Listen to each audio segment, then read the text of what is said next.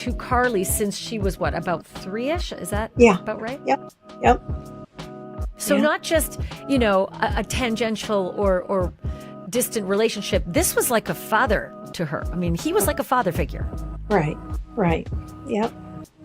And he's had no communication with her since the day that he said, your mom bounced off, and very matter of fact as she described it. Remember, she heard that on a voicemail, not from him, but on a voicemail.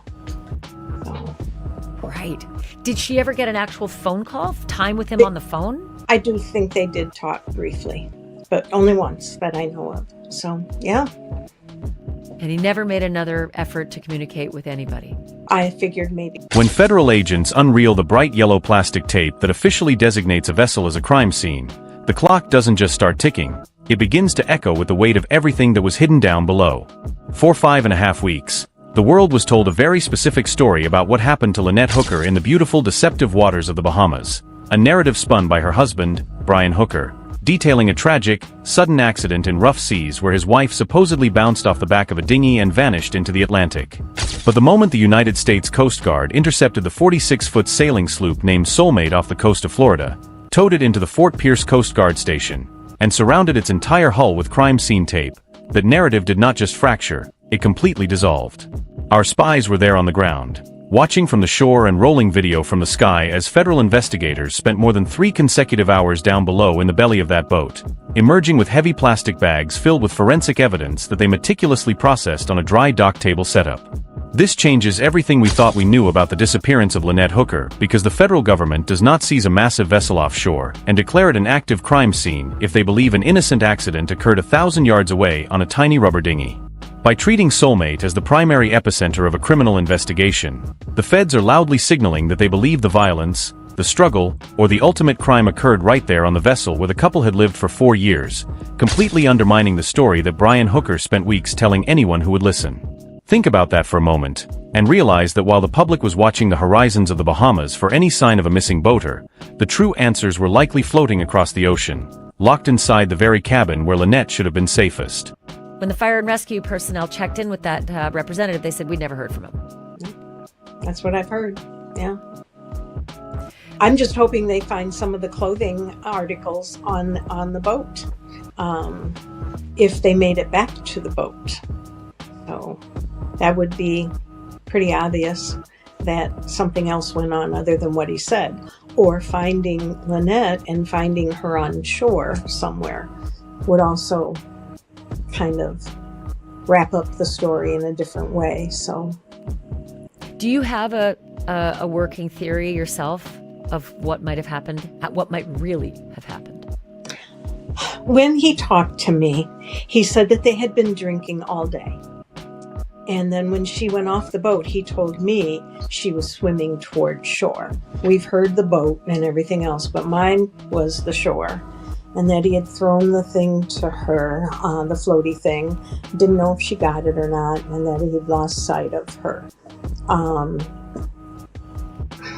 Did he say if he called out to her and she responded? No, he didn't say that. And there was no talk about the anchor or the rope that was in the boat. But the one thing he did tell me was that he shot off 2 flares from the dinghy, and that's all he had, so that's all he could shoot. And then later on, I found out there was only... To truly understand the terrifying weight of this development, we have to look closely at the sudden, chilling silence that followed the initial tragedy. A silence that Lynette's grieving mother, Darlene Hamlet, has finally broken by exposing details that turn this entire investigation upside down.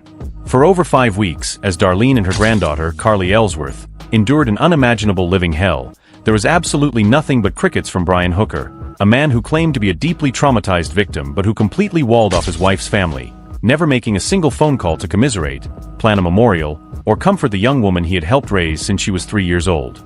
This is where things get serious, because in the realm of criminal jurisprudence, an innocent spouse who has just lost the love of their life to a freak maritime accident typically seeks the comfort of family, weeping and searching for answers alongside them, rather than hiring a defense attorney in Michigan and completely vanishing underground. Darlene received the seizure of Soulmate as a bittersweet Mother's Day present from the United States Coast Guard Investigative Service, a single ray of hope in a 5-week nightmare that has left her unable to sleep, pacing her home in the middle of the night, trying to make sense of a story that simply does not compute. What Darlene has now revealed about the night of April 4th, the specific lies Brian told her, and the bizarre inconsistencies in his timeline of survival, exposes a series of contradictions that federal prosecutors are likely cataloging right now as clear evidence of a consciousness of guilt. Before we plunge deeper into the mechanical and psychological breakdown of these newly exposed secrets, I want to invite you to share your thoughts in the comments below, because when a suspect goes completely dark and cuts off a grieving mother, it tells us a story entirely on its own. And I want to know if you think this sudden isolation is the ultimate proof of foul play or something else entirely. Because when the rescuers came to get him that morning, they said he was wearing blue slides. I don't know. Couldn't have been too sharp if he had blue slides on. You would think not. Wow. So yeah, I've heard bits and pieces of stories, and they're all a little bit different than what I had heard. So I'm going back over this again. He says he was out on a road where there was a vehicle, and the vehicle stopped, listened to him, and drove away. Drove off. And there's a man who's supposed to be soaking wet, having just come in from being marooned in a tiny little dinghy in big waves, and the man didn't care, just drove off. And then he goes off the road through the bushes to get to the marina? The boatyard? He just told me that he had to go through all the brush to get to the marina, but that he had gone up to 2 houses and knocked on the doors and no one answered, and stopped a car and told them that his wife was lost, and the guy drove off.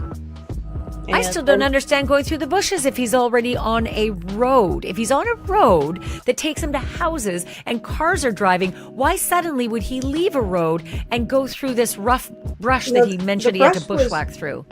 The narrative that Brian Hooker constructed about his miraculous survival on Easter morning involves a sprawling multi-legged journey across the eastern shore of Marsh Harbor, a story filled with sharp rocks, desolate houses, and a mysterious driver who allegedly left a drowning man to die in the middle of the road. Brian claimed to Darlene that after drifting all night for over 8 hours in the pitch blackness following Lynette's disappearance, his dinghy finally washed up on the rugged coast around 4 o'clock in the morning, forcing him to scramble through treacherous, thick briar patches and sharp, lacerating terrain to find help.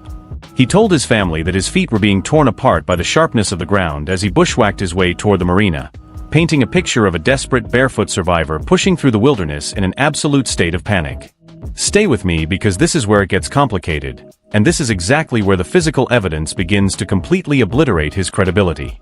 When local authorities and rescue personnel finally encountered Brian Hooker later that very morning to process his intake and hear his initial report, they discovered he was fully wearing a pair of blue slide sandals.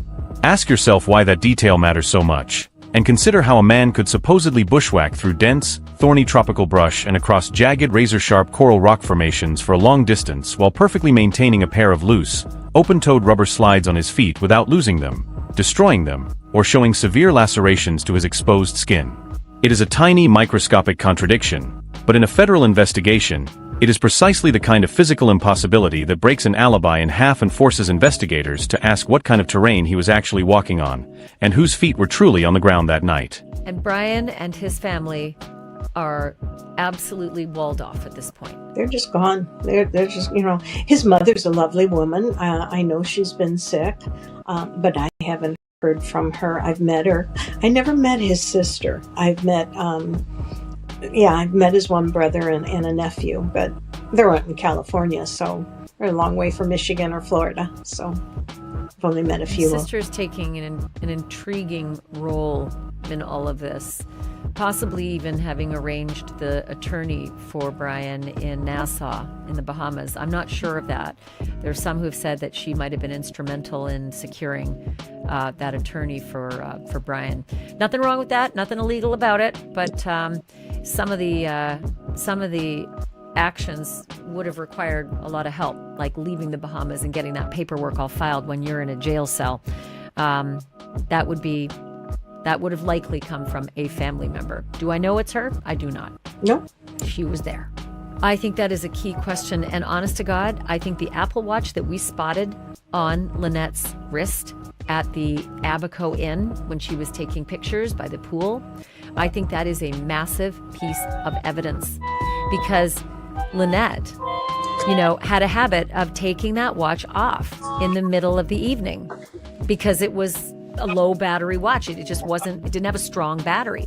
Right. And so, Carly told us that Lynette would take the watch off sometime around dinner and put it on the charger.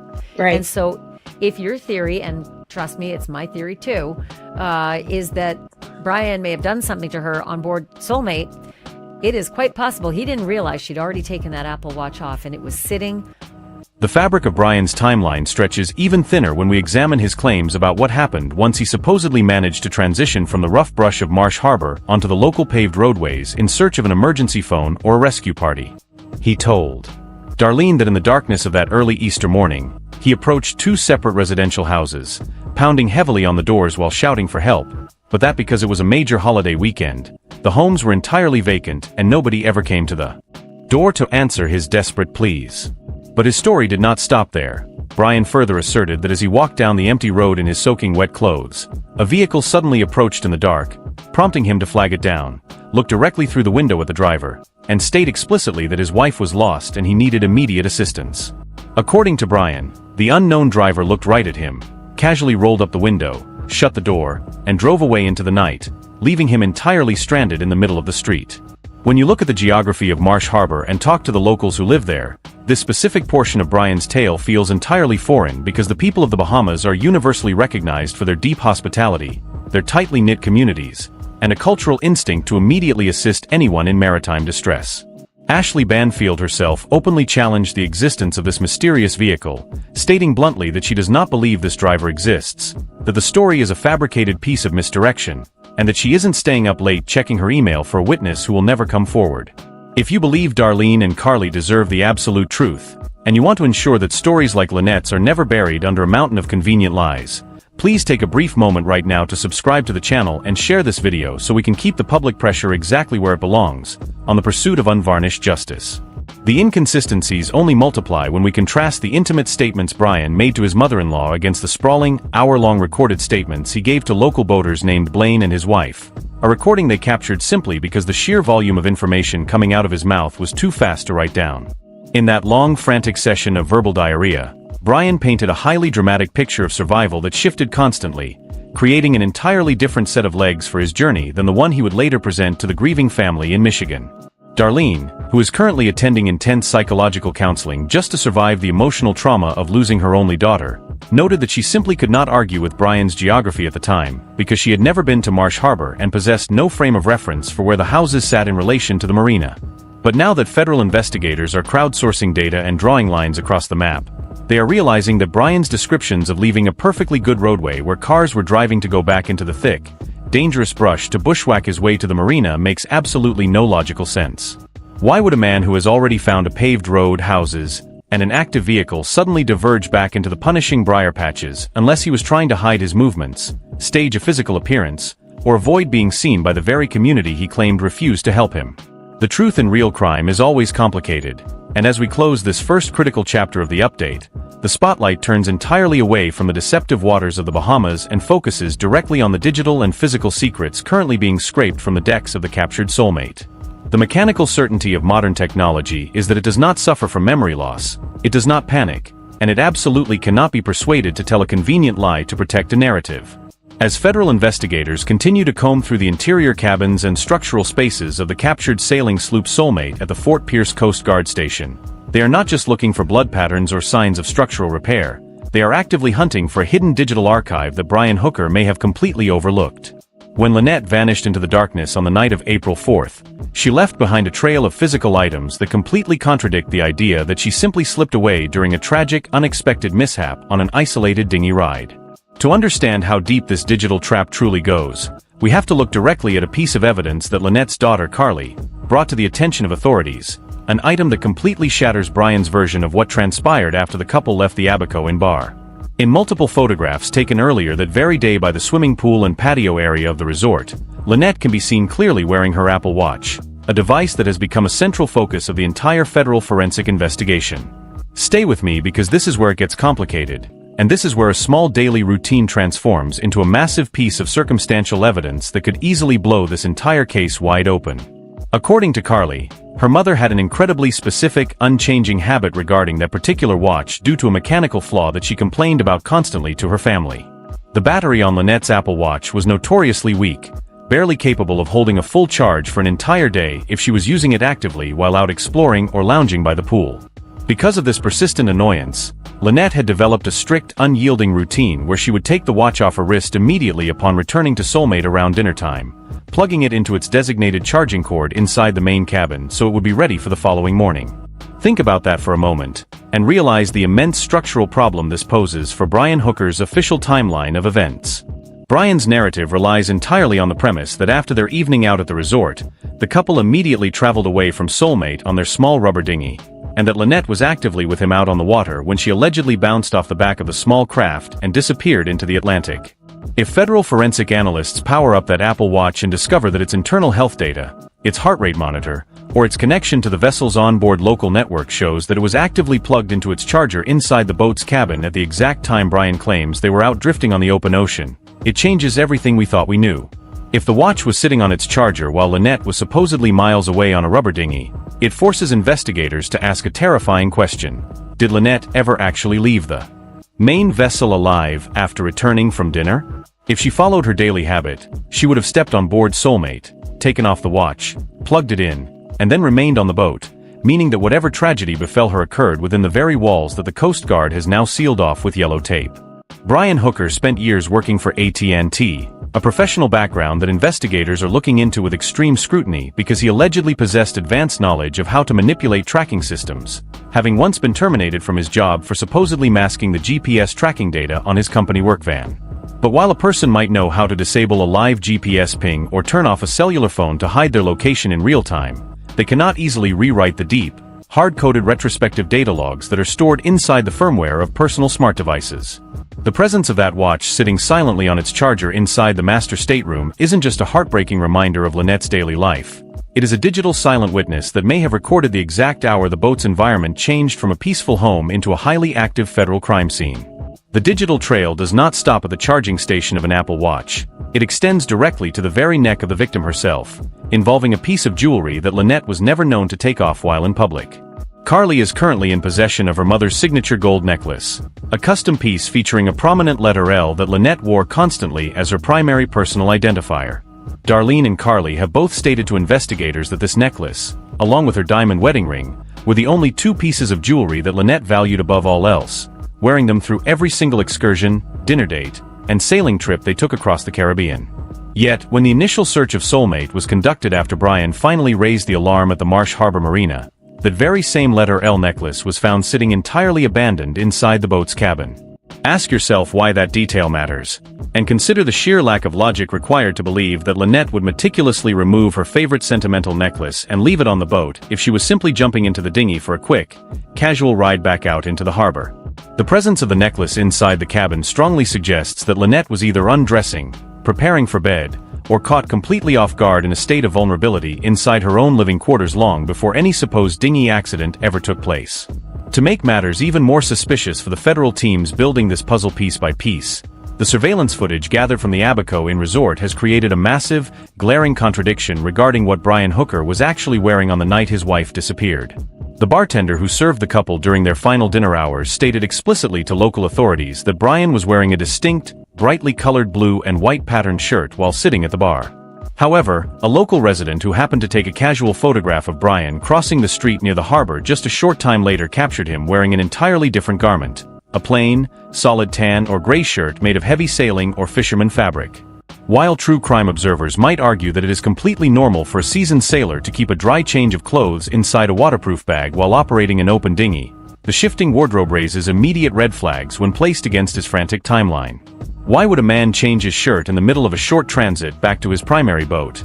And what exactly happened to the blue and white shirt he was wearing while sitting next to his wife at the resort bar? If that original shirt became stained, torn, or compromised during a physical altercation on board Soulmate, disposing of it and changing into a clean sailing shirt would be the exact tactical move a calculating individual would make before staging a survival narrative. As we look at these pieces of evidence piling up on the deck of the investigation, I want to turn the question over to you, the audience, to ask what you make of these physical contradictions. Drop your theories in the comments section below and let me know if you believe the placement of the Apple Watch and the discarded necklace prove that Lynette never left the main boat that night, or if you think there is a reasonable explanation for why a woman would strip off her favorite jewelry before a late-night ride. The truth in real crime is always complicated, and it is only by looking at these small mismatched details that we can begin to see the true shape of what happened in the dark. Every paragraph of this update moves us closer to a confrontation with the reality of what the family is enduring back home in Michigan, away from the warm waters of the Bahamas where a daughter's life was inexplicably cut short. Darlene and Carly are not just waiting for answers, they are actively fighting against a wall of legal silence that Brian Hooker has erected around himself, a silence that speaks louder than any statement he could ever give to the press. The capture of Soulmate has effectively brought the physical evidence directly onto American soil, and with it, the jurisdictional power of federal prosecutors who do not need a body to secure a conviction when the digital and material trail points in only one undeniable direction. The ultimate psychological breakdown of a family occurs when the people who should be mourning together are forced into a state of total adversarial warfare, a reality that Darlene Hamlet and her granddaughter Carly are now living every single day. When the emotional dust began to settle after that chaotic Easter weekend, Lynette's family fully expected to sit down with Brian Hooker, to look him in the eye, and to weep together over the sudden, tragic loss of the woman who held their entire world together. Instead, what they encountered was a stone-cold wall of total legal insulation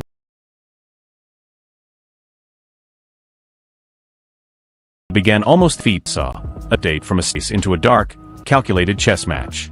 Darlene has now exposed the terrifying reality that Brian, along with his entire immediate family, has went completely underground, cutting off all communication with Lynette's loved ones and refusing to answer a single text message, phone call, or email regarding his wife's fate. This changes everything we thought we knew about the structural dynamics of this marriage because it reveals that Brian's immediate instinct was not to seek comfort from the family of the woman he claimed to adore, but rather to protect himself by deploying a network of defensive measures coordinated from a distance. Stay with me because this is where it gets complicated, and this is where we begin to see how an entire family unit can mobilize to manage the fallout of a suspected ocean tragedy. The investigation has uncovered that while Brian was briefly detained in a Nassau jail cell during the initial chaotic hours of the Bahamian Maritime Inquiry, his sister, who resides thousands of miles away in California, was already actively pulling strings to secure his legal defense and manage his emergency paperwork. Rather than calling Darlene to break the news that her daughter was missing in the Atlantic, the Hooker family was allegedly focused entirely on local jurisdiction, legal retainers, and ensuring that Brian did not say a word more than necessary to the Royal Bahamian Police Force.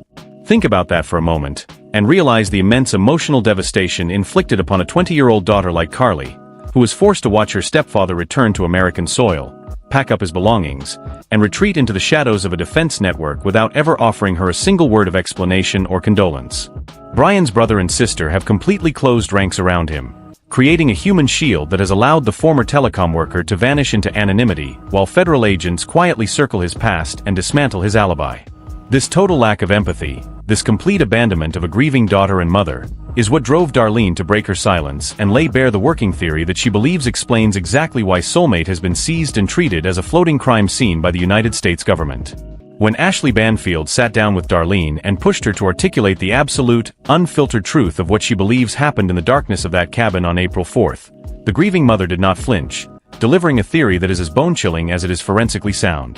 Darlene believes with every fiber of her being that Brian and Lynette did indeed return safely to Soulmate after their final dinner at the Abaco Inn, stepping on board the massive sailing vessel just as they had done hundreds of times before during their 4 years of coastal living. According to Darlene's working theory, the couple continued drinking late into the evening inside the isolated master quarters, an environment where high-proof alcohol and long-simmering domestic tensions eventually ignited into a severe, explosive physical argument. From there, Darlene suspects that Brian made a definitive, fatal choice to choke or strangle Lynette, a specific method of violence that carries a terrifying tactical advantage for a killer operating on a boat. Ask yourself why that detail matters so much, and consider that manual strangulation leaves absolutely no immediate blood splatters, no high-velocity fluid patterns, and no obvious external damage to the fiberglass bulkheads of a ship's interior cabin. It is a silent, devastating crime that allows a perpetrator to end a life without creating a massive, messy forensic footprint that would be immediately visible to a casual observer or a local search party. In the harrowing timeline outlined by the family's theory, once the fatal act was completed inside the quiet belly of the sloop, Brian was left with several hours of pure, uninterrupted darkness before the first light of Easter morning would crest over the horizon of Marsh Harbor. Darlene believes he used this critical window of time to wrap Lynette's body, transport her away from the main vessel under the cover of the night, and dispose of her in the deep, unyielding currents of the Atlantic where he knew the local tides would carry her far away from the initial site. Only after the primary evidence was completely removed from the area did Brian begin the elaborate process of staging his survival narrative, launching the small rubber dinghy, intentionally drifting through the remaining hours of the night, and fabricating the story of a freak bouncing accident to explain why his wife was suddenly gone.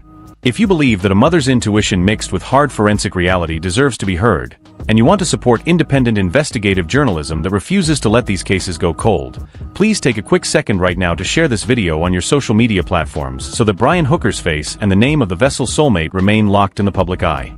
The genius of federal investigative work, however, is that prosecutors do not necessarily need to discover a physical body to successfully secure a homicide conviction in a modern courtroom, a reality that Brian's legal team is likely hyper-aware of as they remain hidden in California and Michigan. If the forensic teams at Fort Pierce utilize advanced chemical enhancements like luminol or blue star inside the cabin of Soulmate, they can detect microscopic traces of cellular material, deep tissue bruising deposits, or tiny hidden drops of saliva that indicate a violent struggle occurred, even if the surfaces were thoroughly scrubbed with heavy marine bleach. Furthermore, if the digital forensics from the Apple Watch and the boat's onboard tracking computers prove that Lynette was completely static and unresponsive inside the cabin during the exact hours Brian claims she was riding waves on a dinghy, the legal concept of a staged crime scene becomes the central pillar of the government's case. The truth in real crime is always complicated, and as we look at the immense weight of suspicion building around this total family blackout, I want to invite you to drop your thoughts in the comments section below. Do you think Darlene's theory of a late-night domestic escalation followed by a staged dinghy drift fits perfectly with the physical evidence we've seen, or do you believe the feds are missing a piece of the puzzle that could point in a different direction? As this third chapter of our update draws to a close, the focus shifts away from the structural mechanics of the boat and settles heavily on the profound human tragedy unfolding in the rural communities of Michigan, where a family is trying to piece together a memorial for a body they may never get to bury. The contrast between the warm, luxurious vacation waters of the Bahamas and the stark, grief-stricken reality of a trauma counseling center in Grand Rapids perfectly illustrates the devastating wake that a single night of hidden violence leaves behind. Darlene and Carly are no longer just fighting for a standard police report. They are actively preparing themselves for a long, grueling federal grand jury process that will force the people who closed ranks around Brian Hooker to finally stand under oath and answer for the sudden, suspicious silence that followed the final voyage of the Soulmate. The profound weight of an ongoing federal investigation is that it forces a family to live in a state of suspended animation, trapped between the agonizing reality of loss and the slow, grinding gears of government justice. Back in Michigan, far removed from the sun-bleached docks of Fort Pierce or the deep waters of Marsh Harbor, Darlene Hamlet and her granddaughter, Carly, are left to navigate the wreckage of a life completely shattered by the unknown.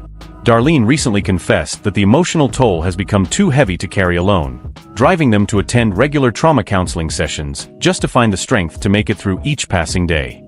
The crushing reality of waking up in the middle of the night, laying in the absolute darkness, and replaying the mismatched details of Brian Hooker's escape narrative has turned their home into a secondary battlefield of grief. Yet, even as they weep together over the multi-generational void left by Lynette's absence, they are actively forcing themselves to look ahead, taking the painful initial steps to plan a memorial service for a woman whose body they may never truly recover. The decision is fraught with heartache, as Lynette left a massive structural footprint across Grand Rapids and the close-knit communities of Onstead and the Irish Hills, leaving her family to figure out how to honor a legacy that was so abruptly and violently stolen from them. Stay with me because this is where the legal grid finally closes in, and where Brian Hooker's belief in his own technical intelligence runs headfirst into the ironclad strategy of the federal government. For years, Brian allegedly believed he was smart enough to outmaneuver the systems around him, utilizing his deep telecom background to mask his movements and manipulate data. But the United States Coast Guard Investigative Service is playing a game of master chess while he is still moving pieces for tiddlywinks. You can take calculated actions to mask what you are doing in real time, and you can try to scrub a fiberglass cabin until it looks immaculate to the naked eye, but you absolutely cannot erase the historical data trails that have already been hard-coded into the cloud. The federal authorities front-load every single piece of their evidence, quietly building an unassailable mountain of digital, material, and behavioral context long before they ever unseal a formal indictment or make a public arrest. When a federal grand jury is finally seated, and the dynamic records from the seized Soulmate are presented alongside the glaring inconsistencies exposed by Lynette's family, the statistical reality is devastating, yielding a conviction rate that exceeds 95%. Think about that for a moment, and realize that the yellow crime scene tape wrapping that 46-foot sailing sloop isn't just protecting a physical vessel, it is locking in the final components of a legal trap from which there is no escape. As we reach the final moments of this breaking investigative update, the true focus of this story must remain exactly where it belongs, on finding Lynette Hooker and securing the unvarnished truth for the family she was taken from. The illusion of the perfect maritime accident has been completely dismantled by a mother's courage, a daughter's bravery, and the relentless pressure of a federal forensic team that refuses to let a staged narrative dictate the terms of justice. Brian Hooker remains a free, legally innocent man until proven guilty in a court of law, but the digital clock is ticking louder with every single item carried off his boat in an evidence bag. I want to invite you one last time to drop your theories in the comments section below, to share your perspective on this entire survival timeline, and to let Darlene and Carly know that the public is still watching, still searching, and still demanding answers. If you believe that stories like this must never be allowed to fade into the background, and you want to ensure we can continue tracking every major development as the feds prepare their next move, please take a final moment to subscribe to the channel, like this video, and share it across every platform available to you. The final chapter of the Soulmate voyage has not yet been written, but as the forensic data continues to pour out of the cloud, the world is about to learn that the truth isn't just serious, it is drop-dead serious. Thursday, I think you deserved one ray of joy, as small as it is, a ray of joy on that day. Speaking of that, I mentioned this on one of my episodes, but I said, if Brian wants us all to believe his story, if Brian wants us to think that what he said is true, then presumably Brian is a victim of a tragedy in which he would want to share this with family members. Have you heard a word from Brian Hooker? I have not since the 6th. Carly has not. Lynette's father has not. So nobody in the family, my son, none of us have heard from him. So. And remind me, Brian was stepdad to Carly since she was what, about 3-ish? Is that about right? Yep. So not just, a tangential or distant relationship. This was like a father to her. I mean, he was like a father figure. Right. Yep. And he's had no communication with her since the day that he said, your mom bounced off, and very matter of fact as she described it. Remember, she heard that on a voicemail, not from him, but on a voicemail. So. Right. Did she ever get an actual phone call, time with him on the phone? I do think they did talk briefly, but only once that I know of. So, yeah. And he never made another effort to communicate with anybody. I figured maybe. When federal agents unreel the bright